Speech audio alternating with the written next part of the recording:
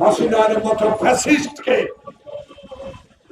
গণতন্ত্র হত্যাকারিণীকে, আয়নাঘর বানানোকারীকে কোনদিনও সমর্থন দিতেন না। আর এই মুহূর্তে যখন 18 কোটি মানুষের সরকার, বৈষম্য বিরোধী ছাত্র তারেক রহমানের নির্দেশিত 20 বছরের আন্দোলনের অর্জিত সরকারের বিরুদ্ধে এখনো আপনারা এই মুধি এখনো ষড়যন্ত্র করে যাচ্ছেন। এই ষড়যন্ত্র কিন্তু আমরা বহু সহ্য করেছি।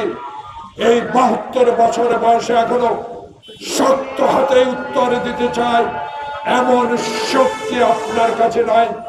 বাংলাদেশের 18 কোটি মানুষকে আবার গণতন্ত্রহীনতা করার কোন চক্রান্ত যদি আপনি করেন, আপনার বিরুদ্ধে লড়াই করে দেওয়ার শক্তি আমাদের আছে। কি মনে করেন?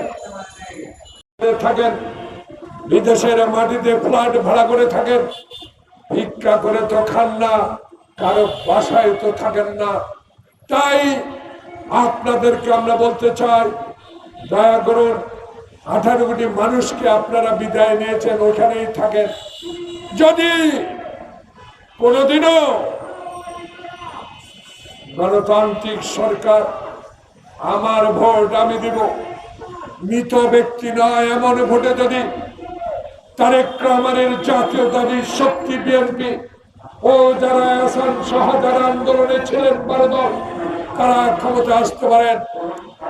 আরামে থাকেন, ফ্ল্যাট ভাড়ায় থাকেন, ডলার নিয়ে থাকেন, বাসা ভাড়া নিয়ে থাকেন, ইনশাল্লাহ বাংলাদেশে আপনাদেরকে ফেরত আনে বিচারের আওতায় আনা হবে। জাহাঙ্গীর সাহেব আমার বন্ধু মানুষ, একসাথে যুদ্ধ করছি একই ক্যাম্পে।